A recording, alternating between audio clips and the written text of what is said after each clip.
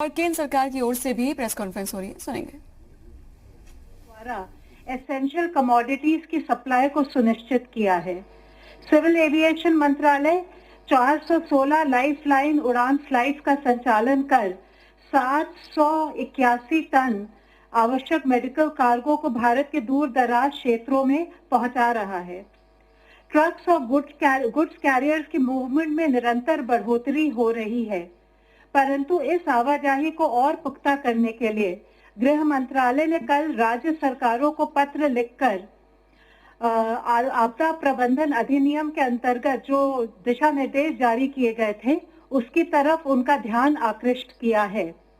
आर्थिक गतिविधियों को और आवश्यक वस्तुओं की समयबद्ध आपूर्ति के लिए ये जरूरी है कि गुड्स ट्रैफिक को इंटरस्टेट बॉर्डर्स पर रोका नहीं जाए।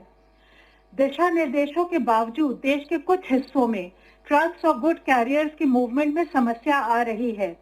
गृह मंत्रालय ने फिर से स्पष्ट किया है कि ट्रक्स और गुड्स कैरियर्स की मूवमेंट के लिए चाहे वह भरे हुए ट्रक्स हो या खाली हो, अलग से पास की आवश्यकता नहीं है। राज्य सरकारों को अनुरोध किया गया है कि वे सुनिश्चित करें कि जिला प्रशासन एवं फील्ड एजेंसीज इन निर्देशों का पालन करें। आज गृह मंत्रालय ने आदेश जारी कर उन लोगों की आवाजाही की अनुमति रेल द्वारा भी दी है जो लॉकडाउन की वजह से फंसे हुए हैं, जैसे स्टूडेंट्स, माइग्रेंट लेबर, टूरिस्ट और पिलग्रिम्स। इसके लिए संबंधित राज्य सरकारें एवं रेलवे बोर्ड उचित व्यवस्था करेंगे और सभी हेल्थ प्रोटोकॉल्स का अनुपालन सुनिश्चित करेंगे। आज मैं आप लोगों के साथ थोड़ा अपने जो हमारे केंद्रीय सशस्त्र पुलिस बल हैं उनका जो योगदान दिया जा रहा है कोविड-19 की लड़ाई में, उसके बारे में कुछ जानकारी आपके साथ शेयर करना चाहती हूँ। हमारे जो केंद्रीय सशस्त्र पुलिस बल है, जैसे Assam rifles, border security force, central reserve police force, central industrial security force, Indo Tibetan border police, national security guard, सशस्त्र सीमा बल और हमारी NDRF national disaster response force, ये सभी कोरोना की इस लड़ाई में विशेष योगदान दे रहे हैं और अपने संसाधनों और मैन पावर से लोगों को हर यथासंभव मदद पहुंचाने में 24 घंटे हर 7 दिन लगे हुए हैं। देश के कई भागों में ये बल हॉटस्पॉट एरियाज में लॉकडाउन के अनुपालन के लिए स्थानीय प्रशासन की सहायता कर रहे हैं। इन सभी ने मिलकर देश में अपने 32 अस्पतालों में लगभग 1900 बेड कोविड-19 के पेशेंट्स के लिए संरक्षित किया है। इसके अतिरिक्त इन बलों ने कई क्वारंटाइन सेंटर भी स्थापित किए हैं और जरूरतमंद लोगों के लिए खाद्य सामग्री, सूखा राशन, सैनिटाइजर, मास्क इत्यादि का वितरण भी कर रहे हैं। ये बल आम जनता में कोविड-19 से संबंधित जागरूकता भी फैला रहे हैं। इन सब भी बलों ने कोविड पेशेंट्स की मदद के लिए रक्तदान शिविरों का भी आयोजन किया है। इनके फैमिली वेलफेयर और वाइव्स वेलफेयर एसोसिएशंस भी काफी योगदान दे रहे हैं। जैसा आप लोग को पता होगा, सेंट्रल रिजर्व पुलिस फोर्स देश का सबसे बड़ा केंद्रीय सशस्त्र पुलिस बल है। इसके 3 लाख से भी अधिक कर्मी पूरे देश में तैनात हैं। CRPF ने दिल्ली से लेकर दंतेवाड़ा तक दूर दराज इलाकों के समुदाय को जरूरतमंद वर्गों की मदद की है। ऐसी ही एक सेवा अभियान में CRPF की एक बटालियन ने रायपुर में 1 लाख किलो चावल वितरित किया है। CRPF की मददगार नामक राष्ट्रव्यापी हेल्पलाइन भी लोगों की मदद कर रहा है। CRPF ने टेलीमेडिसिन की भी सेवा शुरू की है। सशस्त्र सीमा बल भी अनुकरणीय कार्य कर रहा है। इन्होंने भारत की सीमा पर फंसे नेपाली नागरिकों को भी जरूरत की सभी चीजें प्रदान की हैं। जो इनके छुट्टी पर गए कर्मचारी हैं, उन्होंने भी स्थानीय क्षेत्रों में प्रशासन की सहायता की है। CISF के कर्मी भी इस लड़ाई में आगे बढ़कर हिस्सा ले रहे हैं। आप लोगों को याद होगा, इन्होंने एयरपोर्ट हेल्थ ऑर्गेनाइजेशन के साथ मिलकर विदेशों से आए यात्रियों की स्क्रीनिंग और जल्द इमिग्रेशन में सहायता की थी। CISF की जो फायर सर्विस विंग है, उसके सभी 103 यूनिट आसपास के क्षेत्रों में सैनिटाइजेशन में जिला अधिकारियों की मदद कर रहे हैं। बॉर्डर सिक्योरिटी फोर्स ने पूर्वी सीमा पर अंतर्राष्ट्रीय सीमा से लगते 300 से अधिक गांव में न सिर्फ लोगों को आधारभूत जरूरतें मुहैया कराई हैं, बल्कि उनकी चिकित्सा संबंधी सुविधा जो उनको जरूरत है वो भी उपलब्ध करा रहे हैं। पाकिस्तान से लगती हुई 553 किलोमीटर लंबी अंतर्राष्ट्रीय सीमा पर जो किसान अपने खेतों में फसल काटने जा रहे हैं, उनके इक्विपमेंट की सैनिटाइजेशन में भी इन्होंने मदद की है। बीएसएफ ने मेघालय में पशुओं के लिए भी चारा उपलब्ध कराया है। इस प्रकार वो दूर दराज क्षेत्रों में मोबाइल एटीएम की सुविधा भी आम जनता को मुहैया करा रहे हैं। बीएसएफ ने अपनी पेट्रोलिंग में काफी वृद्धि की है, जिससे कि सीमा पार से कोविड-19 के केस ना बढ़ पाए। आईटीबीपी कोविड-19 की लड़ाई में शुरू से जुड़ा हुआ है। इसने देश की सबसे पहली क्वारंटाइन फैसिलिटी स्थापित की थी। पहाड़ी क्षेत्रों में ये भी काफी योगदान दे रहे हैं। असम राइफल्स ने रिमोट एरियाज में किसानों की कृषि उपज खरीद में मदद की है। इसके अलावा उन्होंने अनाथालय और वृद्धाश्रमों को भी अडॉप्ट किया है। एनएसजी ने अन्य कदमों के अलावा एक हबलेस सैटेलाइट टर्मिनल एस्टैब्लिश करके कम्युनिकेशन बैकबोन को और स्ट्रेंथन किया है। एनडीआरएफ ने आज तक 61,000 लोगों में जागरूकता बढ़ाई है। इसके अलावा नेहरू युवा केंद्र के वॉलंटियर्स लगभग 8,000 वॉलंटियर्स को ट्रेन करके एक एनडीआरएफ फ्रेंड्स का अभियान शुरू किया है, जो कोविड-19 के क्षेत्रों में काफी अपना योगदान दे रहा है। धन्यवाद। Health ministry representative please. पिछले 24 घंटों में भारत में कोविड-19 के 1993 कंफर्म केसेस आए हैं, जिससे कि हमारी टोटल कंफर्म केसेस की संख्या अब 35,043 केसेस हो चुकी है। इनमें से 25,007 cases presently active medical supervision में हैं। अगर हम पिछले 24 घंटे में देखें तो 564 पेशेंट्स क्योर हो चुके हैं, जिससे कि हमारी total tally of recovered cases बढ़कर अब 8,888 हो चुकी है। इस तरीके से हम देखते हैं तो हम पाते हैं कि हमारा रिकवरी रेट निरंतर बढ़ते हुए अब 25.37% हो चुका है। जैसे कि आप सभी को पता है कि देश के विभिन्न जिलों को रेड, ऑरेंज और ग्रीन जोन में बांटा गया है। राज्य और जिला प्रशासन द्वारा कंसंट्रेटेड एफर्ट्स करते हुए यह इंश्योर करना है कि जिन भी जिलों में केस आए हैं, यानी कि रेड या ऑरेंज डिस्ट्रिक्ट्स, वहां पर इफेक्टिव और स्ट्रिंजेंट कंटेन मेजर्स के थ्रू चेन ऑफ ट्रांसमिशन को ब्रेक किया जाए। Mapping of cases and contacts, यानी कि जितने भी केसेस आए हैं उनको और उनके कॉन्टैक्ट्स को मैप किया जाए। वह केसेस और उनके कॉन्टैक्ट, उनका ज्योग्राफिकल डिस्पर्शन क्या है, उसको एनालाइज किया जाए। उसके साथ ही एक वेल डिफाइंड पैरामीटर जिसमें कि सारे रूल्स को प्रॉपर्ली और तरीके से इन्फोर्स किया जा सकता है, उन क्राइटेरिया को कंसिडरेशन में लेते हुए जहां पर भी ये केसेस आए हैं वहां पर एक कंटेनमेंट जोन डिलिनेट किया जाना चाहिए। अर्बन एरियाज में जैसे कि कोई रेजिडेंशियल कॉलोनी हो सकती है, कोई मोहल्ला हो सकता है, कोई म्युनिसिपल वार्ड या कोई पुलिस स्टेशन एरिया या कोई म्युनिसिपल जोन और पूरा टाउन, डिपेंडिंग ऑन की केसेस का स्प्रेड आउट कैसा है। इसी तरीके से रूरल एरियाज में कोई विलेज या क्लस्टर ऑफ विलेज और पुलिस स्टेशन या कोई ग्राम पंचायत या ब्लॉक, इस टाइप के एरियाज को depending on the above parameters हमें कंटेनमेंट जोन को डिलिनेट करना है। इसके साथ ही इन एरियाज में एक बफर जोन भी डिक्लेयर करनी चाहिए अराउंड द कंटेनमेंट जोन, और कंटेनमेंट जोन में except for essential services and activities, सारी एक्टिविटीज पर प्रोहिबिशन रहे।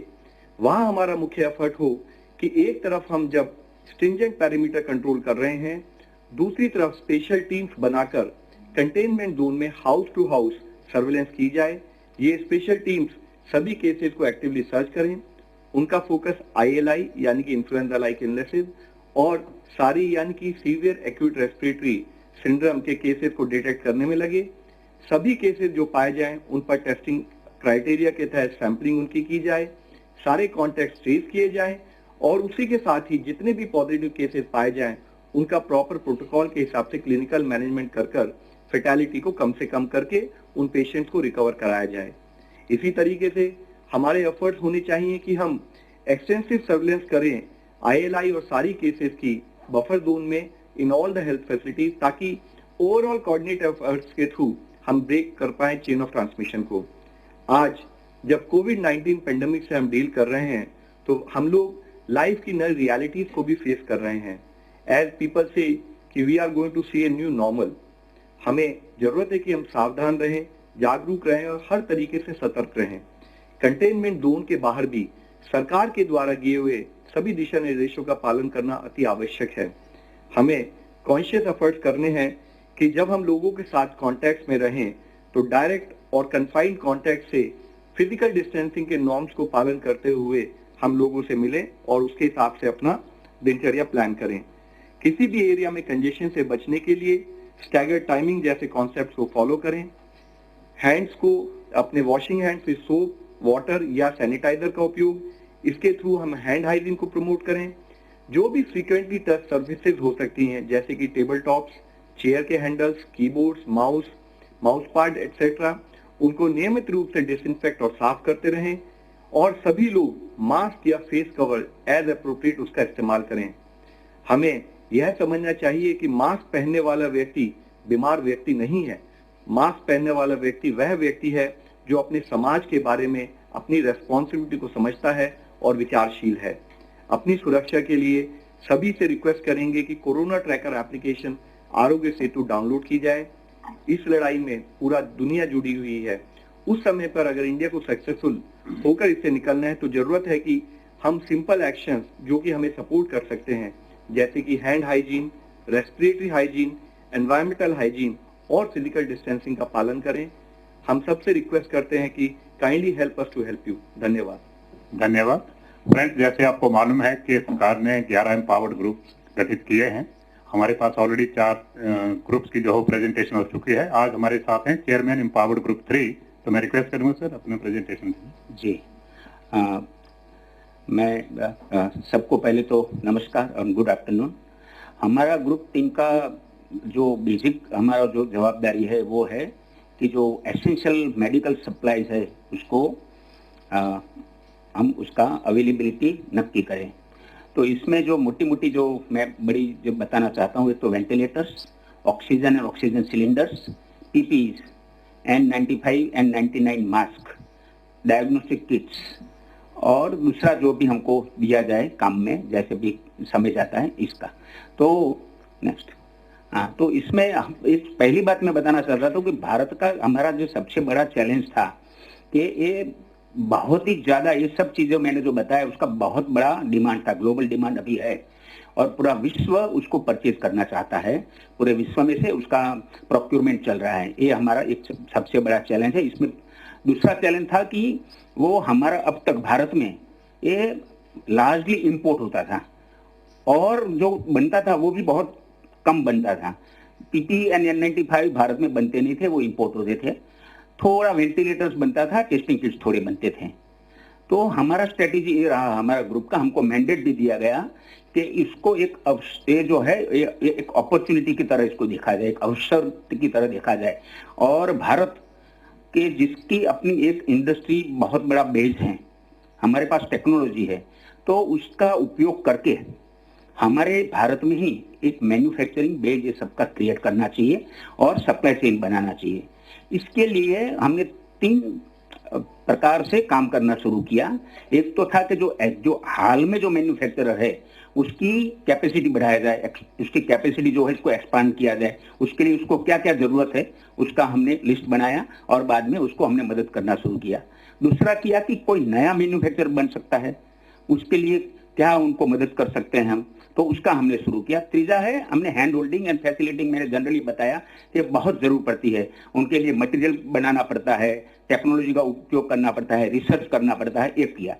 एंड इसके लिए हमने hundreds of engineers, officers and scientist को हमने एक टीम बनाया। हर चीज का मैं आपको बताऊंगा कि हमने कैसे काम किया है। एंड इंपोर्ट्स हम कर रहे हैं, ऐसा नहीं कि नहीं करते हैं, उसके भी हमने ऑर्डर किए हैं, लेकिन वो एब्सोल्युटली टाइमलाइन मीट करना है तभी हमने इंपोर्ट का हमने उपयोग किया हुआ है। नेक्स्ट, अच्छा, अब वेंटिलेटर में देखिए जो हमको रिक्वायरमेंट दिया गया है 75,000 है। अच्छा, ये है 3 महीने का है, अप्रैल मई एंड जून। अच्छा, इसमें से आपको बताएं कि 19,000 तो आज भी हमारे पास है। अच्छा, हमने 60,884 जितना ऑर्डर कर दिया है। इसमें से आपको बताएं कि खाली 1,000 हम खाली इंपोर्ट कर रहे हैं। 60,884 में से 59,884 these orders we have given to the local manufacturers and we have identified 7 manufacturers in the country। जो मैं बराबर अभी मैं बताता हूं आपको कि बेल जो हमारी भारत इलेक्ट्रिकल लिमिटेड हैं और स्कैनरेकर की एक कंपनी है, ये दोनों को मिलकर 30,000 का ऑर्डर दिया है। मारुति सुजुकी एंड आगवा करके है, आगवा एक न्यू स्टार्टअप है, उसको 10,000 का ऑर्डर दिया है। And Andhra Pradesh medtech zone है, बहुत बड़ा पीएसयू है स्टेट गवर्नमेंट का और भारत सरकार की सहायता से बनाया गया है, उसका 13,500 का हमने ऑर्डर दिया है। उनको डिपार्टमेंट ऑफ बायोटेक्नोलॉजी ने भी वर्ल्ड बैंक थ्रू उनको लोन और सहायता दिया हुआ है। नेक्स्ट, अच्छा, वेंटिलेटर में हमने एक किया है कि उनको हमने पहले तो लॉजिस्टिक में हमको बहुत मदद करना पड़ा उनको, बाद में न्यू सप्लाई चेन बनाना पड़ा। तो भारत में ही जहां जहां बन सकता है, क्योंकि विश्व में भी इसके स्पेयर पार्ट मशीनरी आज मिलना बहुत डिफिकल्ट है, तो हमने यहाँ ही भारत में ही कहीं कौन बना सकता है, ये सबको आइडेंटिफाई करके उनके साथ में मिलके काम किया। इसमें डीआरडीओ जो है वो department of biotechnology, department of science and technology, ये लोगों ने साथ में थे ये लोग। अच्छा, बाद में ये हमने उनको स्पेसिफिकेशन है इसके साथ में मिले, इसके लिए उसको स्पेसिफिकेशन तैयार करने में, प्रोटोटाइप तैयार करने में, डिजाइन तैयार करके उसको मंजूरी देने में काम किया।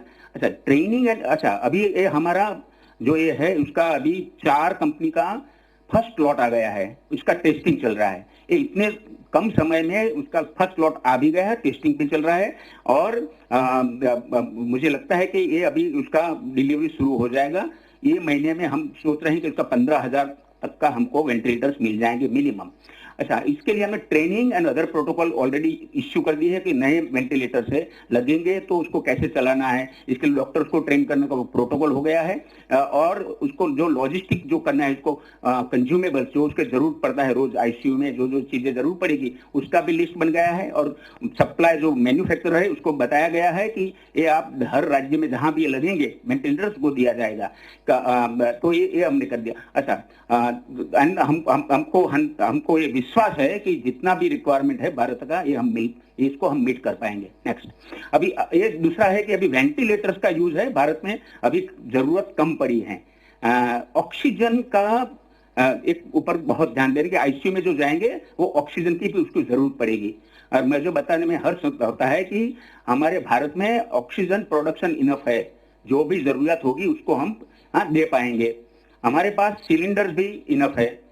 अच्छा, अभी हमने एक काम किया है कि हमने जो इसका स्टेटस में बताता हूं ऑक्सीजन के बारे में कि 6,400 मैट्रिक टन का मैन्युफैक्चरिंग होता है, इसमें से 1,000 मैट्रिक टन मेडिकल ऑक्सीजन में यूज होता है। उसको बढ़ाना है तो कोई तकलीफ नहीं है, बढ़ा सकते हैं। अच्छा, हमारे पास 5 बड़े मैन्युफैक्चरर हैं ऑक्सीजन के, 600 स्मॉल है, उसका पूरा इन्वेंट्री बनाया गया है, उसका पूरा मैपिंग हुआ है। अच्छा, इनका इन्वेंट्री और मैपिंग करके हमारी जितनी कोविड हॉस्पिटल है इसके साथ में मैपिंग कर दिया गया है। अच्छा, हमारे पास 409 ऐसी भी हॉस्पिटल है ये अपने आप ऑक्सीजन बनाती है, उसका भी हमने लिस्ट किया है और मैपिंग में उसको मैपिंग बनाते समय ध्यान दिया हुआ है। हमारे भारत में क्रायोजेनिक टैंकर्स है, ये जो ऑक्सीजन ले जाते हैं इसके लिए 1,050 टैंकर्स है जो पर्याप्त है, ये मैं बताना चाहता हूँ। नेक्स्ट, जो हमने जो अभी किया है कि हमारा जो ऑक्सीजन सिलेंडर की जो मैं बात करना चाहता हूँ, तो 4,38,000 मेडिकल ऑक्सीजन सिलेंडर्स अवेलेबल है जो आज की जरूरियात के लिए पर्याप्त है।